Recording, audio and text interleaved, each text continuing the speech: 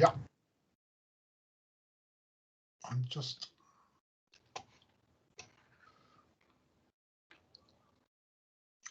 Okay. Okay, wonderful. Have great pleasure in introducing our webinar speaker for today for this CSWEF seminar, David Coates. As well as being a visiting professor at CSWEF, David is also a research fellow at the Smith Institute and director of Work Matters Consulting. From 2004 to 2010, he was policy director at the Work Foundation, following a long career in the TUC.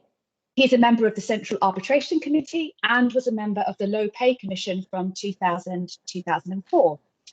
David Coates' A Just Transition is a 94-page report that's written in conjunction with the you're smiling there, David, in conjunction with the Alex Ferry Foundation and the Trade Unions Prospecting Community. And so far, it's already had significant media attention. It makes an important contribution to public policy debate on building a fairer economy for all, based on sustainable, high-quality employment. We're extremely happy to have David here. We would all agree, and Nick and Paul, that your work eminently reflects the empirically grounded, contextualised, comparative tradition of research at the Centre for Sustainable Work and Employment Futures. Today, David's seminar is entitled A Just Transition, Managing the Challenges of Technology, Trade, Climate Change and COVID-19. David will explore how the International Labour Organisation's principles have been applied in the UK, with specific reference to the coal-fired electricity generation and steel-making industry, and will explore arguments that institutional gaps make a just transition hard to achieve in the UK, and perhaps putting forth a call for radical action. Right, handing over to you, David. Thank you very much, Anne-Marie. And Paul, if you can get my first slide up, see if we can make this work. Excellent, thank you. Okay, well, welcome to my dining room in Hackney. This is not the ideal way of undertaking a seminar, I know, but let's see how we go. And Teams, I always feel, is inferior to Zoom, but you know, Leicester's policies are Leicester's policies, and what can you do about them? Next slide, please, Paul. So I'd like to say a bit first about the background to the report. Then I'm going to go on and talk about what we mean by a just transition. I'll look at the experience in coal-fired electricity generation and steelmaking in the UK as case studies, and compare and contrast those experiences with international examples. And then I'll talk a bit about what might happen to policy in the UK in the next 5 to 10 years if we're going to make progress in achieving net zero by 2050. So, I mean, this report was, as Anne-Marie said, commissioned by the Union Prospect Community, the Old Steelworkers Union, and the Alex Ferry Foundation. And they really asked me to look at industrial change in the round, no matter what the inspiration for change might be, whether it was climate change or the integration of markets and supply chains, or the fallout from Brexit, or the global recession that's probably going to result from the COVID-19 pandemic. And that seemed to me to be a bit of a tall order, and I couldn't do all of it. So most of the report is confined to how steel and coal have dealt with the challenge of decarbonisation in both UK and a range of other countries. Let's have the next slide, please, Paul. Now, this is lifted without apology from a report commissioned by the Government of Canada. A report from the Task Force on a Just Transition for Canadian Coal Power Workers and Communities. And I've put it here at the beginning because I think it essentially sets out the challenge, really, that workers face. And what the Canadian Task Force said was, when the Government of Canada says it's going to phase out coal, coal workers and communities hear that Canada is phasing out their future, their livelihood, stability and identity. The impacts of the government's decision illustrate that taking action on climate change may come with any number of unintended consequences, including to the mental health of individuals, personal and family finances, and the economic stability of communities.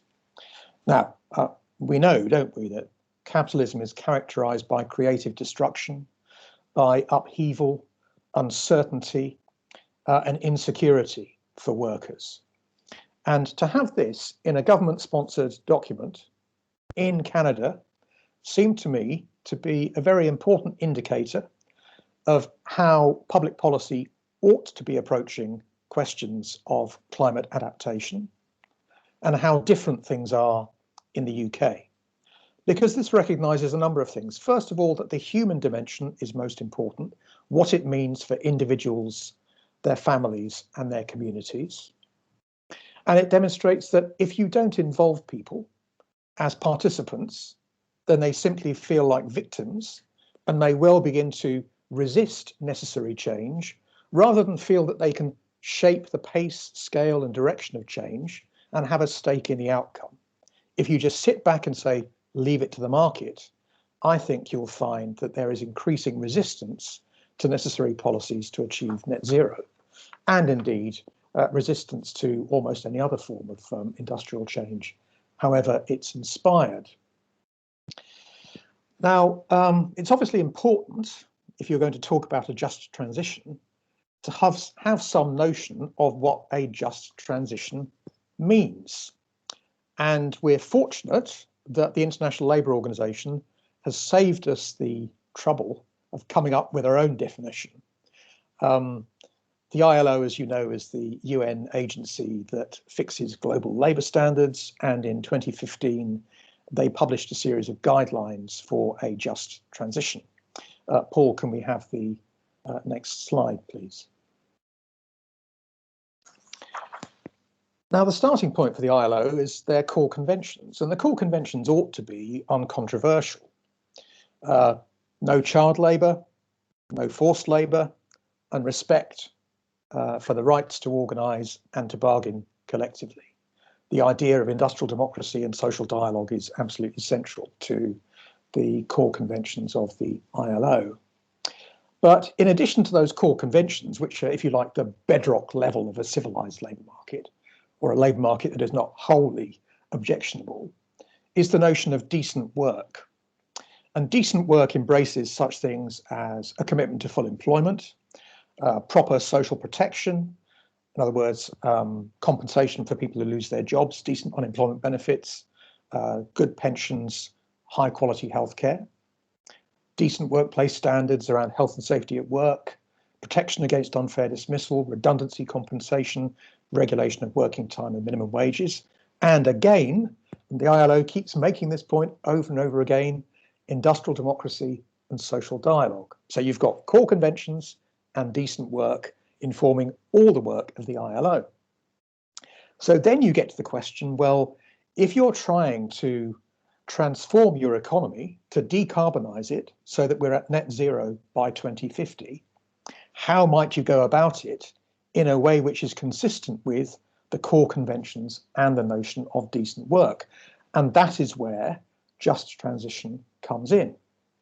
And the 2015 guidelines, again, you might think ought to be uncontroversial, but what's most remarkable for me is that they really haven't featured at all in our national conversation, except to the extent that they have been referred to, not just in passing, but they have been referred to by the UK's Climate Change Committee, which is designed to monitor progress towards net zero and advise the government about how progress might be made.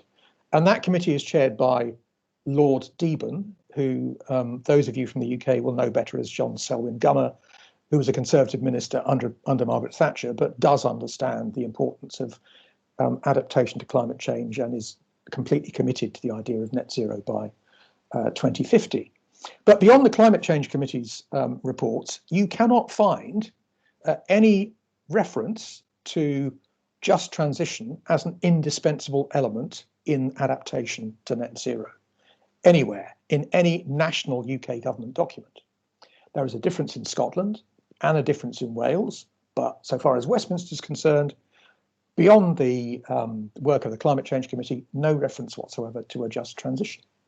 And maybe as we go through the ILO's guidelines, you might begin to think that there could be a reason for this.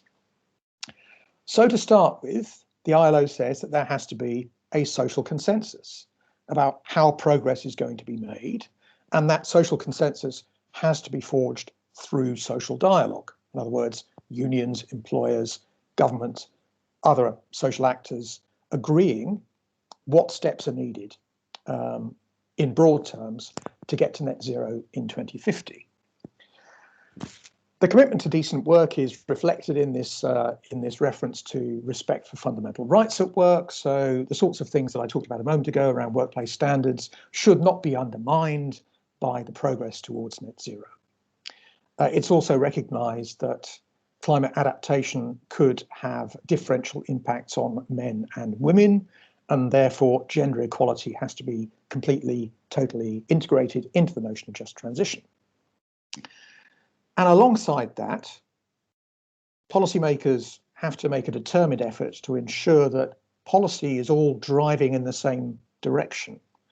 So the commitment to net zero by 2050 is reflected in social policy, in education and training policy, in social security policy, in industrial and regional policy, and in labour market regulation and industrial relations policy. And all of that is designed to ensure that people are able to find high quality new jobs that meet the decent work standards. It's important too to anticipate change, to plan, to have a clear view about what might happen and when, who might be disadvantaged by that process, and how you can support them to ensure that they find a secure place in a rather different sort of economy. Now, all of that, you might say, is motherhood and apple pie, but I hope as we work through the conversation this afternoon, you will see that a number of other countries have made rather more progress than the UK has in taking that ILO definition and making it a practical instrument of public policy. What I want to do next is turn to the experiences in coal and steel in the UK. Now, the reason I chose coal and steel was essentially because the unions chose them for me. You could have chosen other sectors too. You could have taken, say, cement production, or you could have taken agriculture, or you could have taken motor manufacturing or transport. But because Prospect organised people in coal-fired power stations and community organised steel workers, it's coal and steel today that you've got to put up with, guys. So that's what I'm going to talk about. Let's have the next slide, please, Paul. Now, so far as coal's concerned, we all know about the demise of coal mining in the UK. But coal-fired power stations will be disappearing from the UK's grid by 2024, possibly 2025 at the latest. Even those stations that shift from coal to burning biomass will need to have carbon capture and storage arrangements in place by 2024-25. Otherwise, they won't be able to continue in operation. Now, if we think about the ILO's guidelines, what might you have expected the UK government, employers and unions to have done when it became clear that if we wanted to decarbonise electricity generation, we had to close coal-fired power stations? Well, you might have expected there to be some kind of national dialogue involving all the parties. Let's have a plan. Let's have some sense about when particular closures are going to take place. Let's think about what the impact might be, not just on the people that work in those power stations on those sites, but also what might happen to regional supply chains and to regional patterns of employment. How might you ensure that as you close down an entire industry, that you enable people to find work? Can we go back, Paul? We're still on coal-fired power stations. How can you ensure that people find secure jobs elsewhere maybe in renewables, maybe temporarily in gas-fired power stations. And none of that happened. There is no national plan. There was no national social dialogue. There is no national understanding between employers in the coal-fired electricity generation sector and the unions about how they ought to proceed. Not only that, but you could see from the ILO's guidelines that respect for the right to organise and collective bargaining is a core element of a just transition. But if you look at those individual power stations, those coal-fired power stations, unions were not recognised on every site. So one of the basic principles of just transition was simply not accepted by some employers in the sector. Generally speaking, Unite was recognised in relation to manual workers, but so far as Prospect was concerned, in some cases their members were employed on personal contracts, and beyond slightly inadequate information and consultation machinery, the union had no seat at the table when closures were being discussed. You might also think that at company level, there would be a plan, a closure plan for all coal-fired power stations owned by that company. Well, that wasn't the case either. Higher level management would determine the date of a closure, but how that closure was handled was left almost entirely to managers on the site. And as the unions said to me, and I interviewed both full-time officials and union reps and some members, it was as if each closure was a unique event. Rather than the whole industry being closed down, it was, well, we're going to close this coal-fired power station. We've never done it before, and we'll have to reinvent the wheel. The scope of the conversations that were taking place were actually quite limited, and the greatest focus was on redundancy compensation and early retirement. So it was assuming that people were just going to walk away either with their pension or with a redundancy check, and they may find a job in power generation or they may not. But the idea that you might talk about more generally how you engage with other businesses that might be able to employ people who had worked at a coal-fired power station, that didn't happen. Engagement with local authorities or regional decision makers about the impact on the local and regional economy, well, that didn't happen either. So it's probably fair to say that while the people who went through the closure process ended up with an outcome that sort of met their requirements, it was all a little bit ad hoc. And for those who did want to find work elsewhere in the electricity generation industry, they were pretty much left to their own devices, except in one case where an employer did allow them to use the internal labour market to try and find work elsewhere in the business, mostly in renewables and at one other coal-fired power station that was staying open. So I think you can say that, looked at in the round, the closure of coal-fired power stations in the UK has failed to meet most, if not all, of the ILO's just transition guidelines. And that is a source, you might think, of disappointment, and perhaps it ought to be a source of shame as well, but it does highlight that some of those institutional mechanisms that appear to be integral to the ILO's model are simply absent in the UK, and I'll say more about that in a moment. Let's have the next slide, and I'll say a few words about steel. Now, in steel, I looked at the closure of the Redcar Steelworks, which was owned by SSI, a Thai company, who bought the business from Tata Steel, and Tata had mothballed the site for about 2.5 years before SSI bought the steelworks. But because it was mothballed, the blast furnaces were still essentially operational, and it could continue to produce steel once SSI took the business over. So when the site was mothballed, a bunch of people lost their jobs. Some people were kept on to maintain the site so that it could be reactivated again. Tata sold it, SSI bought it, and it began to produce steel again in 2013. And a large number of new people were recruited who found themselves earning rather more than they could elsewhere in the Teesside labour market, had better jobs, and a job in which they were represented by a strong union, by community.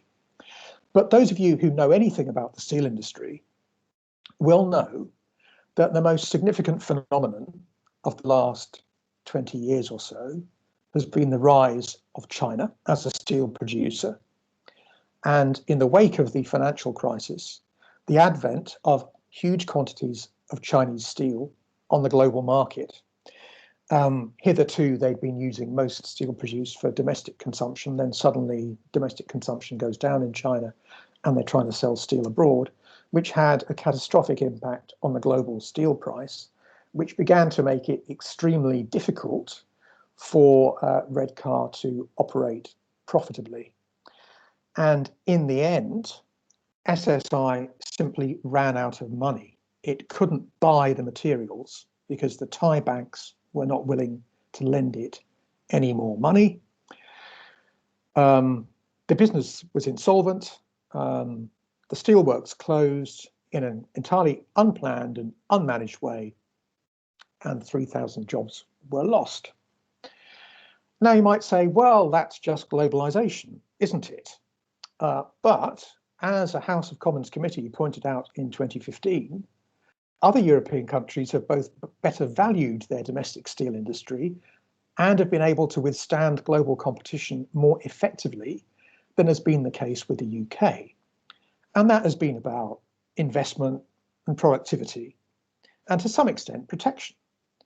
Now, it's worth saying that the EU eventually adopted anti-dumping duties to prevent Chinese steel from flooding the European market, to ensure that EU steel producers could remain in operation. But that only happened after the Redcar closure.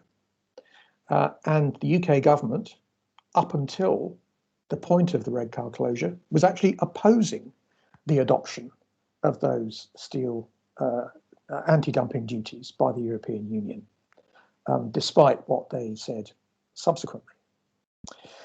So the consequences for the workers were pretty awful. Having thought that they were in secure jobs with much higher than average earnings, as I'll show you in a moment, they suddenly find themselves bereft. And those who've been employed, who were coming towards the end of their careers, who'd been employed in steel since they were 16 or 17, didn't feel too bad about it because they could just retire early and they had their pensions. The real problem was for people who were not close to retirement, but who'd also worked in steel since they were 16, who suddenly found themselves adrift in the open labour market, having known nothing but work in the steel industry. And they found it extremely difficult to find alternative employment.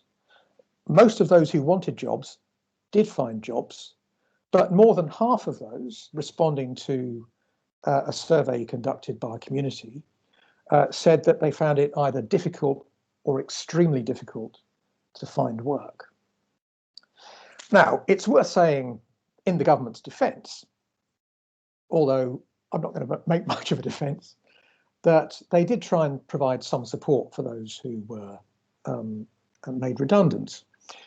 And a task force was established, the SSI task force, which had a budget of around about 50 million.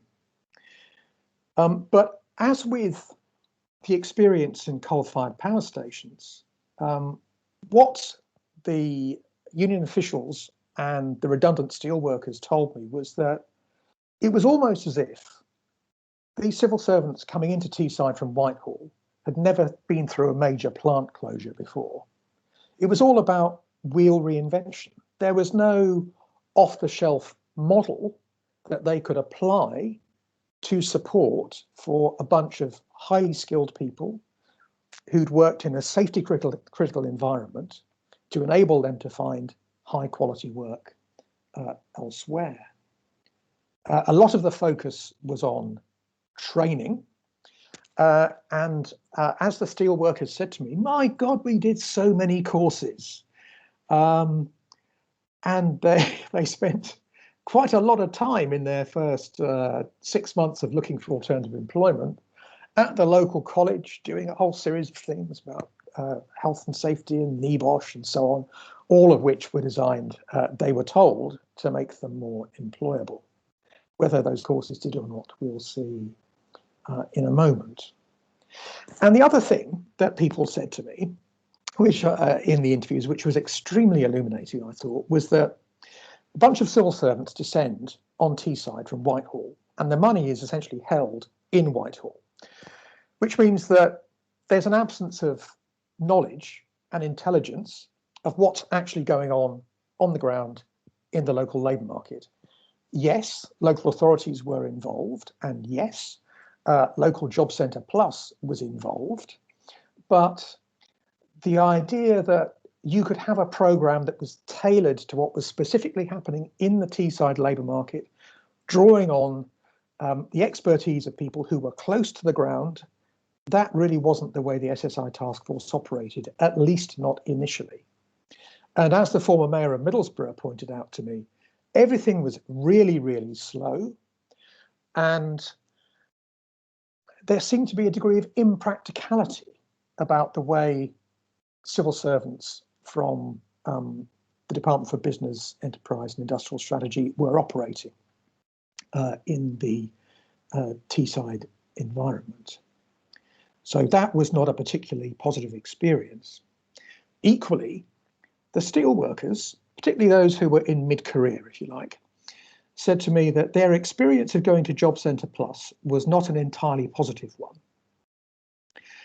So they would arrive and they would meet their personal advisor, who would essentially wave a big stick at them and say, unless you can meet all of these requirements for job search, then you'll receive a benefit sanction and you'll lose your benefits. You'll lose universal credit. And not surprisingly, this was something that was unanticipated by the affected workers. They were expecting to sit down and, with a personal advisor, talk about what they'd been doing in the steelworkers, what skills they had that might be marketable, and what in practice they needed to do to upgrade their skills, acquire new skills that would make them employable in the local labour market. But in fact, what they got was a big stick of benefit sanctions waved at them, not an entirely positive experience. So while the government accepted some responsibility and intervened, it's arguable that the intervention was much too late, that more could have been done to keep the steelworks open. And it's also strongly arguable that the principles of just transition were not observed as they should have been, because the knowledge, experience and understanding of other public authorities and unions on the ground were not properly incorporated into the work of the SSI task force. It was a Whitehall devised solution that other members of the task force managed to adapt as the process unfolded. I want to say a little bit about the impact on the workforce, and if we can have the next slide, please, Paul. Can we have the next, sorry, back, that's it, yeah, it's the earnings slide. Now, the blue bars show you what people were earning when they were employed at SSI. And you can see that the largest number were earning between 30 and £35,000 a year, which is, you know, good 10 grand above average earnings. These were good jobs, well paid, decent pension, union recognition, decent labour standards. And then if you look what happened subsequently, and that's the red bars, and you can see that by and large, more people found themselves in low quality rather than high quality employment. Some people were working part-time. A lot of people were working in distribution.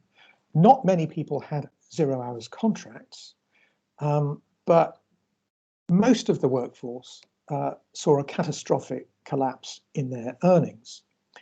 And that had a huge impact on their families, on their mental health, on their aspirations and expectations.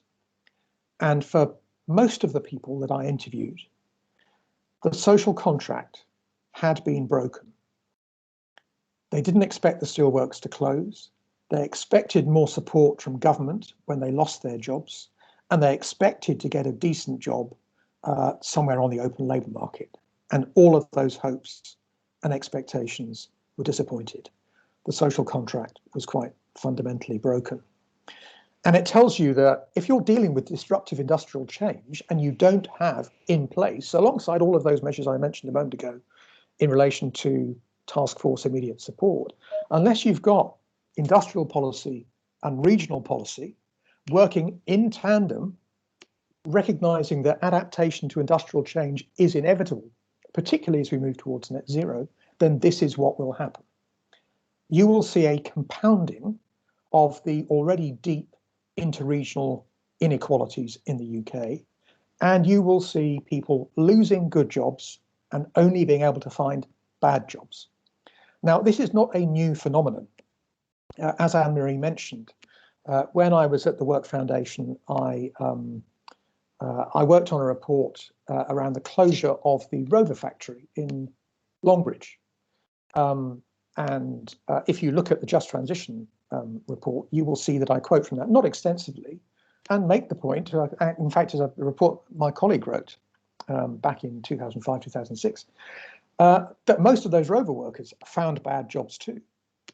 You go from high quality manufacturing into something that's far, far worse. So it's not a new phenomenon, but governments have so far proved rather weak in dealing with it. And then if we move on to what did the workers think about both the process of closure and the support they received, that's the next slide, Paul. You can see that most people blamed the government. They understood that things were difficult in the steel industry globally, but most people blamed the government for the closure. And they didn't think the training they received was particularly helpful in enabling them to find work. And they weren't convinced, really, that the services were of particularly high quality. The largest range of responses was in the neutral category. And I think that's, again, an indication of what an unjust transition looks like. And it reinforces the point that the social contract was broken. We can come back to that point perhaps in the discussion. I can see that time is getting slightly short. I want to say a word now about the experiences elsewhere in 4 countries, in Canada, Germany, Sweden, and Austria. So let's have the next slide, please, Paul. I've mentioned the Canadian task force already, and I don't want to say a great deal more about that. Well, except these critical points, actually. The core recommendations of the Canadian task force, which was chaired, by the way, by the president of the Canadian Labour Congress and an environmental campaigner. So, you put organised labour at the heart of your just transition policy. The core recommendations were embed the just transition principles in public policy around the closure of coal mines and coal-fired power stations. Ensure that there's adequate local and regional support, and in Canada, provincial support for the workers who are affected. Involve and consult the communities at every stage in the process, including trade unions. Social dialogue's critical. For those who are going to retire early, ensure that there's a pathway to a decent retirement for them. Ensure that those who are going to remain in the labour market are able to access the skills they need so that they can be matched to high quality jobs elsewhere. And ensure not just that the workers, but the impact on the community as a whole is considered, and connect that community to federal and provincial programs to ensure that adequate resources are available. Now that seems to me to be an exemplary set of recommendations. Whether it happens in practice in Canada, we don't yet know, because they're working through the program as we speak. But as a framework, it's far superior to anything that we've seen so far in the UK. The German Commission on Growth, Structural Change and Employment, which we might call, for our purposes, the German Coal Commission, is an equally impressive piece of work. Now, it's not purely a social partner exercise. The unions had 3 seats on the Coal Commission out of a total of 31. And it brought together a wide range of people, so unions, employers, representatives of government at all levels, environmental campaigners, community organisations in the affected regions. And it is probably the most comprehensive plan that one could wish for if you are going to go through the difficult process of closing down an entire industry. So it considers, for example, the articulation of national and regional government policies, the role of the German federal government and the role of the state. It looks at the existing industrial base of the regions that are going to be affected by the abandonment of coal, their strengths and their weaknesses. It looks at the current composition of the workforce, the skills that they have and the skills that they will need. And it sets out a fairly optimistic prognosis or prospectus for trying to transition people who've worked in coal into working in renewables and hydrogen production as a source of energy for domestic heating and also for the steel industry, as we'll see in a moment. And there are milestones in that plan through to 2045 and significant amounts of money attached to fund all of the activities that I've described. The unions were broadly, I was going to say broadly content with the approach, and I think that's right. But they did say the government might have to spend a bit more money. The lobbying is not on the framework now from the German unions. The lobbying is on, and how much are you going to spend on making sure that workers aren't adversely affected by all these changes. The Swedish and Austrian examples are about the industrial transition in steel and the move away from using coke to reduce iron ore to using hydrogen to reduce iron ore, which means that you can get to net zero emission steel production in the Swedish case by 2045 and hopefully in the Austrian case by 2050. Now, what's interesting about the Swedish case is that the Swedish Employers Association published their strategy in 2013. And they sat down with the unions and agreed how that might be taken forward. And at SSAB, which is a Swedish state-owned steel producer, there is a program in place at the moment to build experimental hydrogen reduction facilities to ensure that they can hit their net zero by 2045. And those experimental facilities will come on stream in the next 2 to 3 years with a view of rolling them out at scale in 2030, roughly. In Austria, there's a very similar program in operation. And I had the benefit of interviewing the chair of the Works Council at Voestalpine, which is a major Austrian steel producer.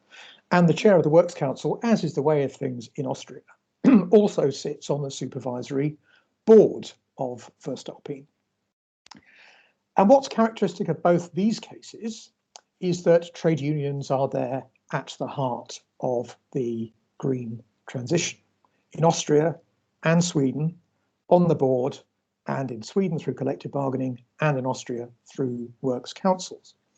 And the chair of the Works Council at Voestalpine was quite sanguine about the likely impact on employment. I mean, he didn't see this as a a terrific threat to his current members, what he saw was the workforce might reduce over time, excuse me, but there was a real prospect of high quality jobs in steelmaking in Austria in 2050 and high quality jobs in hydrogen production in Austria in 2050. And he saw a straight shift of employment from steel to hydrogen production, which would mean that those communities that are currently dependent on steel would have high quality jobs in the energy industry in 2050. So I would say in all of those cases, governments, employers and unions have taken the ILO's framework seriously, and they're making a real effort to implement it. Now, I said that in the UK at national level, there's nothing like that, and there isn't. When take steel, for example, the government consulted on a clean steel fund, which would contain about £100 million, consulted on it in 2019. And in March 2020, they said they were thinking about what they might do. We're still waiting for an announcement. So the Swedish employers started in 2013 as an employers association. They went to the Swedish government and the Swedish unions. They've got a program in place. And here, the employers are disorganized. The government doesn't appear to have a strategy. And the idea of decarbonisation and moving to hydrogen reduction as an alternative to coke is nowhere on the horizon. Compare and contrast. Having said that, in Scotland in particular, there is a Just Transition Commission in operation, and it's due to produce its final report later this year. And in Wales, the notion of decent work and the ILO framework has been incorporated into a range of initiatives around Fair Work Wales. So I would say both Scotland and Wales are better positioned than the UK nationally, or I suppose England more specifically. So what then might we do? How could we fill these institutional gaps and get ourselves into a better place? And this is my final slide, and I'll be finishing in just a couple of minutes. Well, first of all, I think we need to have a Just Transition Commission, not just in Scotland, but for the whole of the UK, which will have a pretty broad brief and will bring together all the relevant actors to think about how we can have a national climate plan, which is then differentiated by sector. So you have an overarching understanding, a social consensus of how you achieve net zero by 2050. And then at industrial level, you have understandings between unions and employers and other actors to implement those proposals in practice, implement that plan in practice. In addition to that, you need to have effective dialogue in the workplace.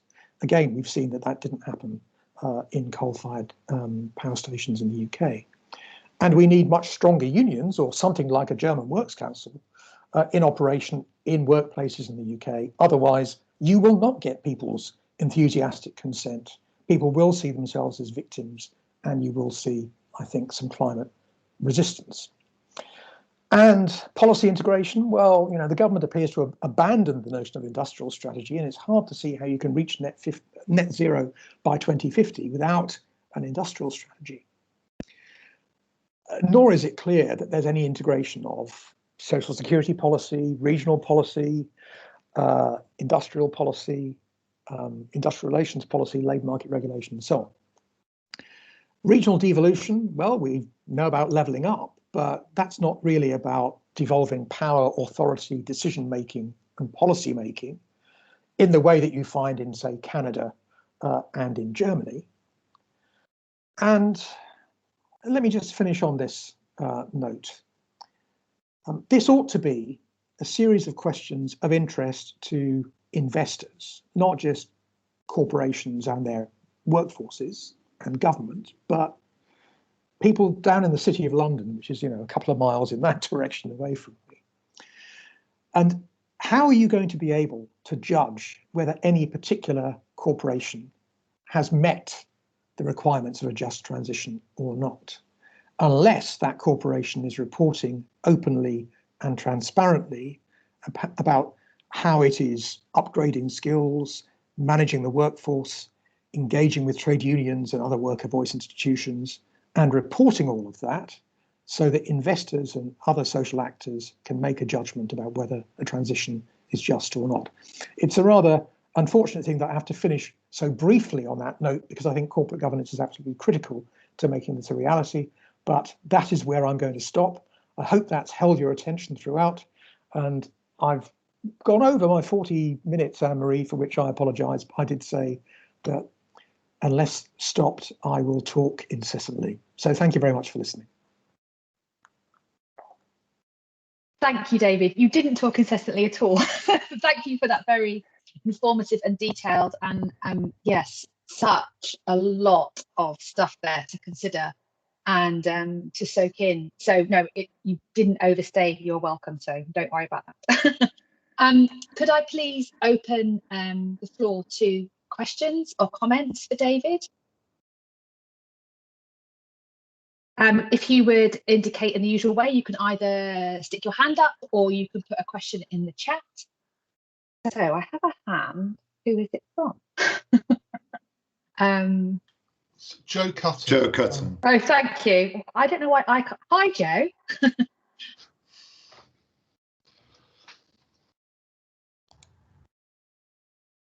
Hi, Joe.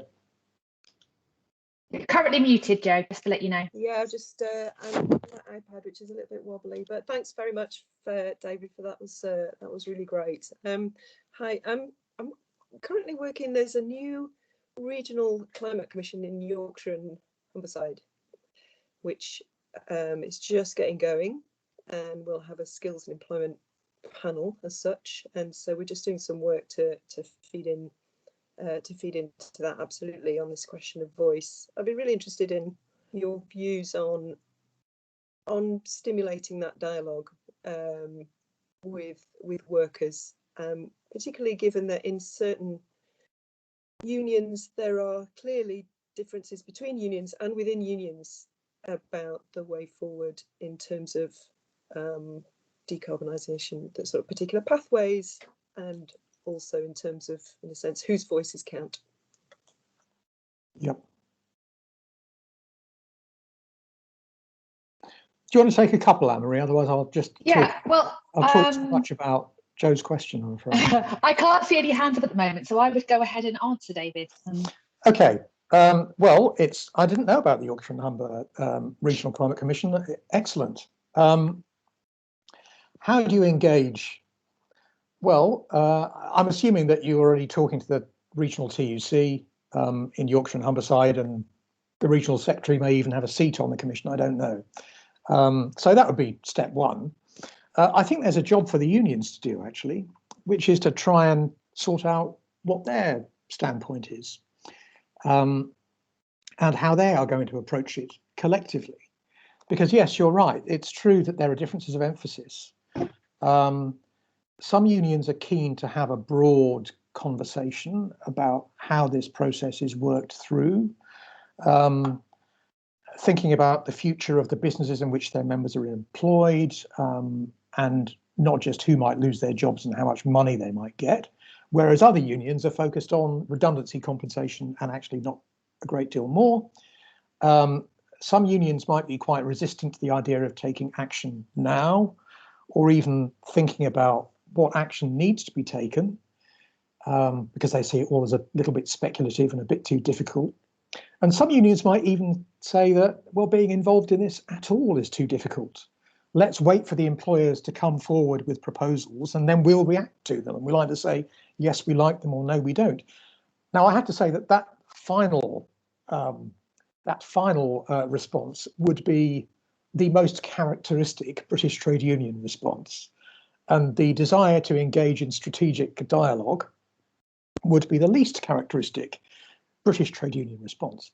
But I can tell you, no spoilers, that both Prospect and Community are in that first camp and not the third camp. And certainly for Prospect, that caused some tension when the closures of the coal-fired power stations were taking place. It's also instructive, I think, to look at the German and Canadian examples because they're looking at whole industries, not just individual businesses, as the Austrian and Swedish case studies did. There was direct dialogue between the German Coal Commission and coal communities, if I can put it that way, in Germany. And the same was true in Canada. And the Canadian task force spent a lot of time getting out and about and trying to, as Willie Brown used to say about the Low Pay Commission, going out and meeting the data. So talking to employers, talking to unions, talking to individual workers, talking to communities, talking to people's families, you know, getting a real sense of how in a granular way this is being experienced on the ground and what it might mean for those communities to go through this very difficult transition. Because in both the Canadian case and the German case, these industries are closing down, right? It's not you can transition to a different job in the same sector. Well, you can go into renewables maybe, but you're going to have to do something fundamentally different. There will be no coal-fired power stations, no coal mining. And I think the same is also true, by the way, for the Scottish Just Transition Commission. They've also been out and met lots of people and made some fairly sharp comments to the Scottish government about the closure of the coal-fired power station at Longannet, where they had talked at some length to unions, workers, and the local community about how that was all being handled by the Scottish government. And it didn't reflect well on the Scottish government. So the Just Transition Commission was willing to be extremely critical. So go out and meet the data and talk to people. And also, and depending on what sort of recommendations come out, try and explain exactly what it is you're trying to do here and why it matters and what the prospects for improvement may be. I know that's not much of an answer, but you know, what else can I offer you? I'm a policy wonk. What can I offer you? Thank you. I know in the chat that Michael Danson has put the Scottish Just Transition Commission final report in the chat, helpfully for people, which apparently was published yesterday. So hot off the press. Yeah. Just for just in reference to what David was just saying. I have a question from Lisa Rogers. So I'm from the Department of Law, so I'm a bit of an interloper. Hopefully you can hear me. So I've been doing some work about around the social contract, and particularly how the ILO has used the social contract as a sort of theoretical structure. And I noticed in your talk that you used the social contract sort of theory quite positively. So I'm interested in whether you think that's like a good point of analysis for this kind of theorization of just transition. Okay, thanks, Lisa. There's no shame in being a lawyer. I started out as a lawyer, but I wasn't a very good one, so I had to move on. Well, I'm not going to talk about Rousseau. We could if you wanted to, but that would be a separate seminar. Yeah. I think what, and also in a British trade union context, you have to be careful how you use the expression social contract, because it carries with it a great deal of baggage for people of a certain age. But I think what I'm talking about is that as a result of disruptive change, the maps and compasses that people use to navigate the world are essentially rendered useless unless action is taken by employers, unions, and government. And compare and contrast, for example, what the Canadian task force said with the way that the closure of coal mines in the UK was handled, where the impact on those communities was really of no concern whatsoever to people sitting in Westminster and Whitehall. Well, maybe Michael Heseltine cared a little bit, but most policymakers, politicians at that time didn't, particularly who were in government. And that can lead to unforeseen political consequences many of the problems that perplex us today, I think, are a consequence of what I would call a breach of the social contract. That's what encouraged people to vote for Brexit, because they were revolting against a status quo that they saw had done nothing but disadvantage them and leave them bereft. Anthony Giddens has an awful expression for describing this phenomenon, but I'm going to use it anyway. Not to prove how clever I am, but perhaps to prove how clever Anthony Giddens is. He calls it ontological insecurity, that you're not certain anymore about what there is in the world or your place in it. And you feel that you've become detached from your moorings. You don't know where to go, where to look, how to shift for yourself anymore. All your expectations and aspirations have been rendered unachievable. And that's why I think the notion of the social contract is important. That's how I am using it. It's in the sense of, are people secure about their place in the world? Can they navigate this world using the resources available to them? You can think about it somewhat differently if you want to. If you don't like ontological insecurity, you can think about Martha Nussbaum and Amartya Sen and the capabilities perspective. You know, do people have the capabilities they need in this changing world, moving towards net zero, to choose lives that they have reason to value? And if you look at what happened to those steel workers in Redcar, they clearly do not. That's what I was talking about. Okay, thanks very much. I told you I was a bad lawyer. I think we're all experiencing a bit of ontological insecurity at the moment. Nick Hammer. Hi, David. Thanks. Hi, Nick. I think that was very good, although I find these things a bit existential at times, or make me feel ontologically insecure, I guess. I was wondering, because you obviously have very good case studies, as in the good case scenarios, and seeing that the whole industrial relations setup in the UK is fundamentally different. I guess I was wondering about the politics of how to get there. I mean, I appreciate you sort of did distinguish between different union approaches. But I was also wondering whether there's anything where you'd say that unions probably need to find different ways of working. I admit I don't really know any detail in this case, but I'd assume that there would be NGOs that would be much more on top of certainly a lot of the environmental stuff, or also in terms of the tactics of how to, in a sense, get issues to the government.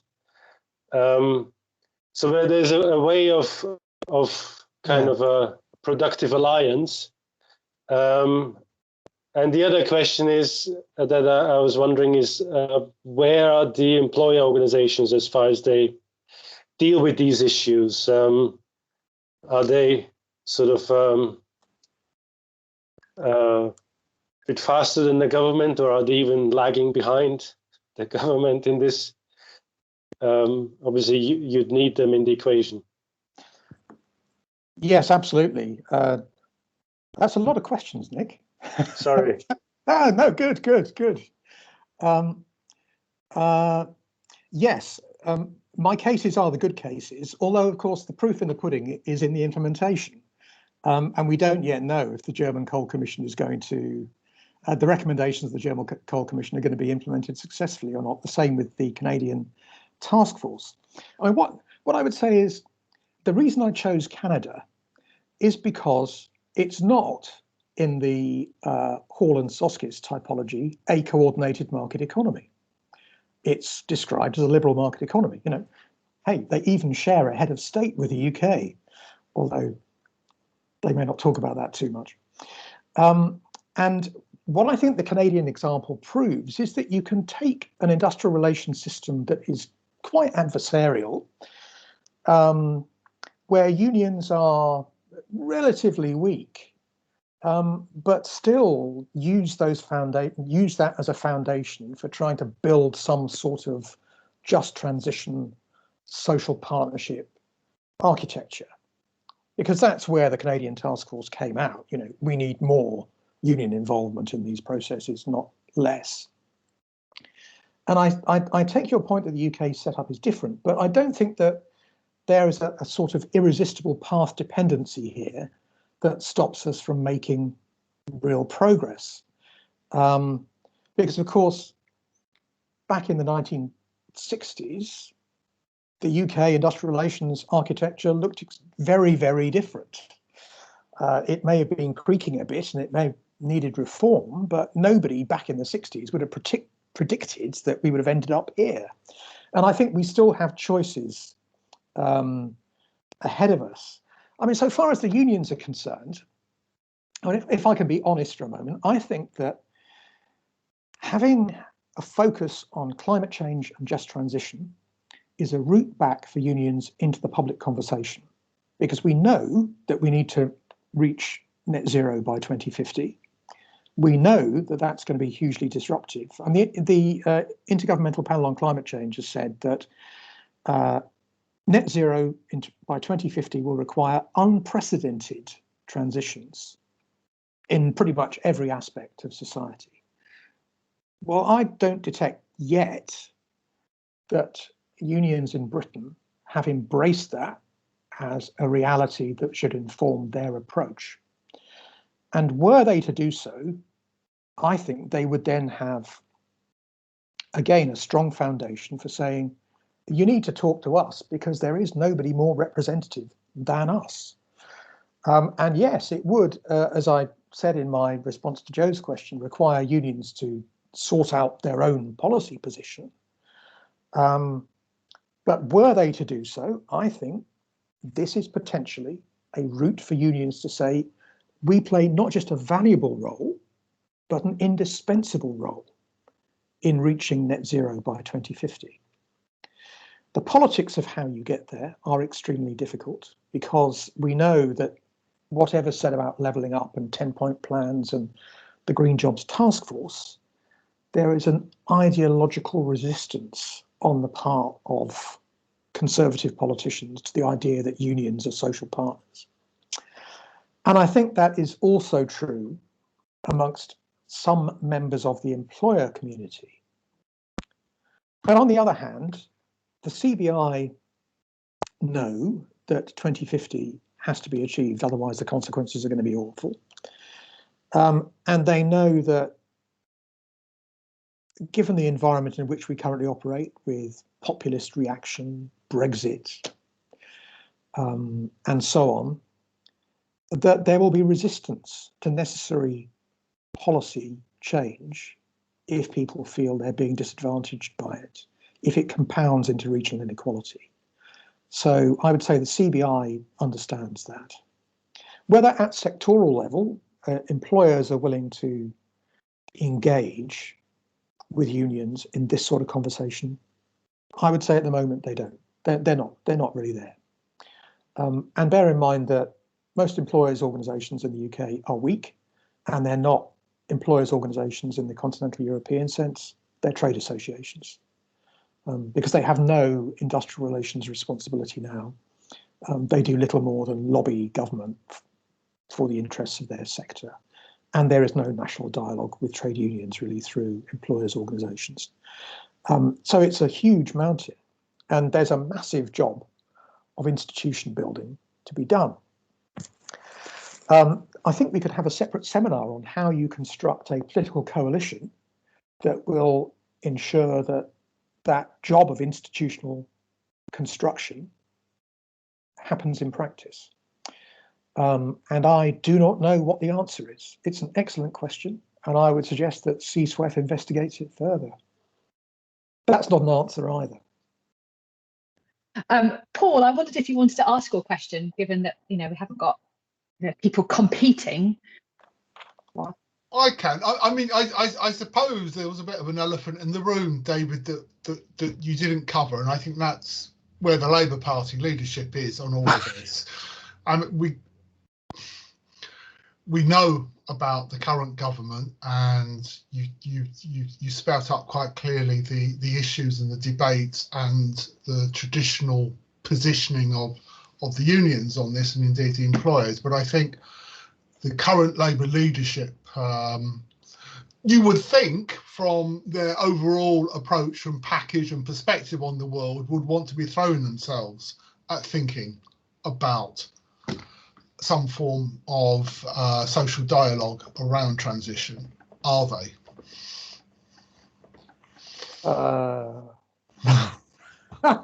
Thanks for that, Paul. Well, this is going up on YouTube, so I need to be circumspect, I think.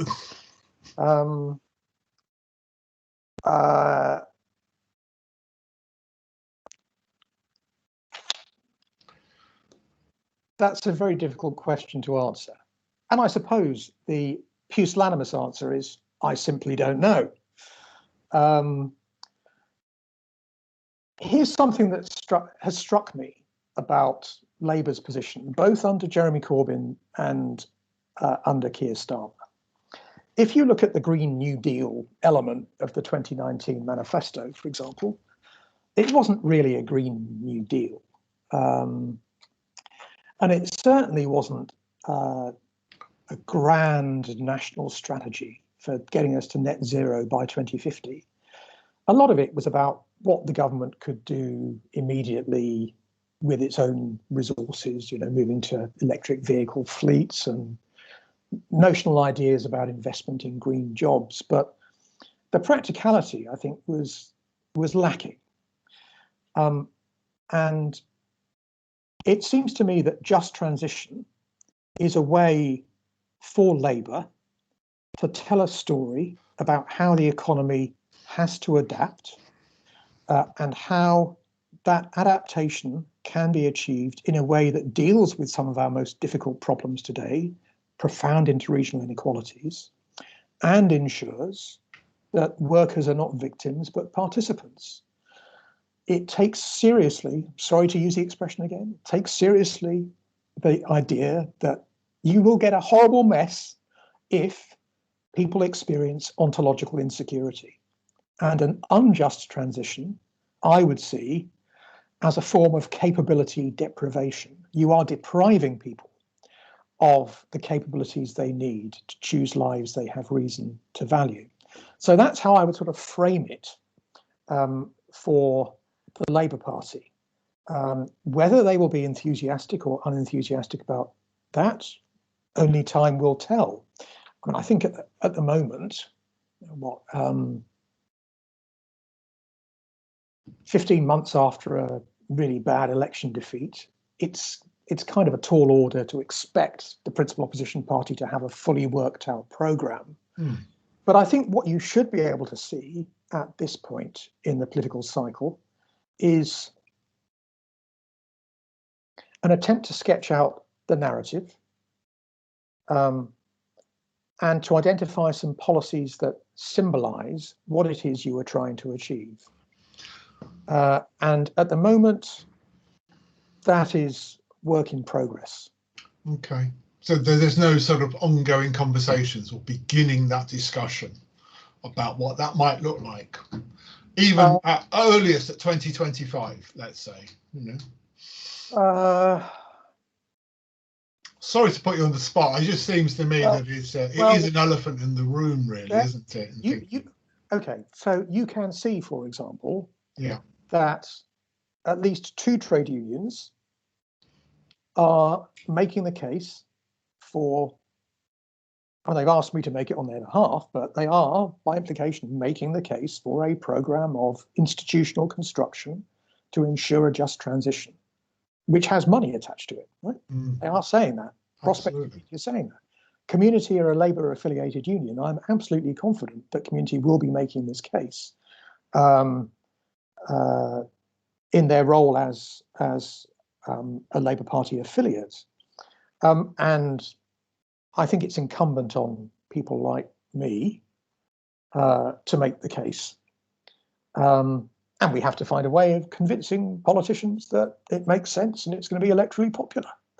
What I didn't do, but sorry, Paul, just to skip back to Nick's question, I didn't say anything about environmental NGOs. And it is true that at the moment, I would say almost all the oxygen is being sucked out of the climate change room by environmental NGOs, who are obviously focused on achieving net zero by 2050 and want the government to accelerate the pace, wanted Labour to accelerate the pace. Although I have to say, if you look at that net zero by 2030 commitment that Labour fought the 2019 general election on, that almost certainly wouldn't have happened, given what was in the manifesto. I mean, there was a massive gap between aspiration and reality. And I think what's important for unions and others is that the dimension of work and workplaces gets integrated into the conversation about how we achieve net zero by 2050. Because at the moment, it's not in the UK. You can see it in Scotland with the Just Transition Commission. You can see it a bit in Wales. You can see it in my case studies, but you can't see it in Westminster and Whitehall yet. And I think that the emphasis has to shift. Otherwise, there are massive political risks in failing to address the problem. And that's a political risk for Labour. I don't want to be particularly rude about the government again, because this is going out on YouTube, and I think I've been rude enough about them already. But I'm not sure that the 10-point plan and the Green Jobs Task Force are going to cut it. Nor do I think that the Climate Change Committee's reference to just transition as a damn fine idea is going to cut it. You need people with knowledge, expertise, and understanding of work and workplaces to be shaping policy. And if they are not, then what you will end up with is a horrible mess. And my political fear, Paul, is that we end up with a horrible mess, so that our current problems are exacerbated, not absolutely. No, thank you, David, for your candor. We have a in the pub I may have been more candid, but on YouTube I can't be. Silence I think is important in expressing things. There's a question in the chat, David, which I read out. It's from the Ornick. I'd like to hear thoughts about the implications of phasing out coal in Western Europe and Canada for energy intensity of an increased fossil fuel use in the world economy. How would you link this to working and environmental conditions where mining is going on to meet that demand? Sorry, I'm just trying to find it in the chat. It's the last chat comment that was made.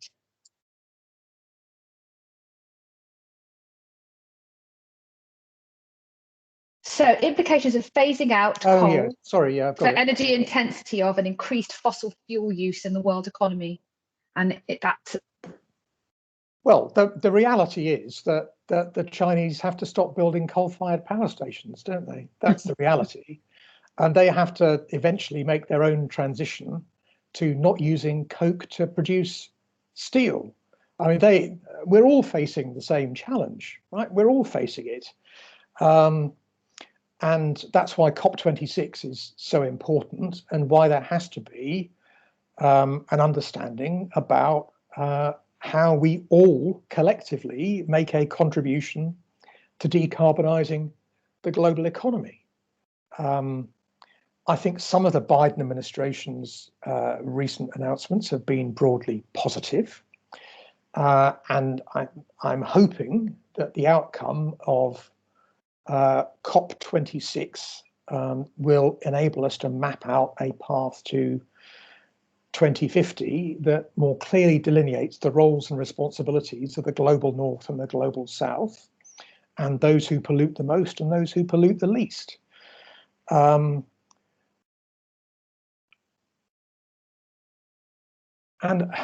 Yeah, I mean, I suppose the last part of your question is about environmental conditions in coal mining today. And what you don't want is a sort of collapse of health and safety at work as the coal mines get closed over time, or as they go onto a glide path towards closure. And yes, I absolutely understand that point. Indeed, an old colleague of mine, Dave Fikert, who used to be the research director at the NUM, and then became the TUC's Brussels officer, European officer, and then went to New Zealand, back home, spent a long time in China in his final 5 years. He died very sadly of liver cancer about 6 years ago. He spent a long time in China working on environmental safety in coal mines in China. And the Chinese were quite receptive to what Dave had to tell them. So, it's an authoritarian country, there's no doubt about it. But when the Chinese government decides that it wants to take action, then it will act. And I think they understand that the declining quality of agricultural land, desertification in China, potential disruption to domestic food supply means that they are at the front end of the climate crisis as much as anybody else. Sorry, that was a rather waffly answer. No, thank you very much. I can't see any more hands or questions. We're obviously coming to the end of our seminar, ending good time for our own digital health. Just checking there's nothing more. I've exhausted everybody. Hooray! I think it just remains for us, David, to say thank you so much for such a wonderful and engaging seminar, and for offering such full and frank responses to questions. And yeah, it's really, really great to have you here. Paul, I wonder if you'd like to tell us about the next CSWEF seminar in our wonderful range.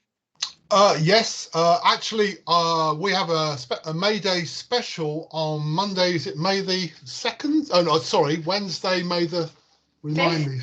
May the 5th. That's May the 5th at 2 o'clock, which is a panel of speakers discussing 10 years after the Arab Spring, what's the future for the labour organisations and labour movement in the Arab countries. So it'll be an interesting and I think quite a very important debate, and a chance for us to hear what's going on. And I think in particular we'll have speakers who specialise in Tunisia, Egypt, and I think it's Somalia, off the top of my head. So look forward to seeing as many of you there as possible, and thank you again.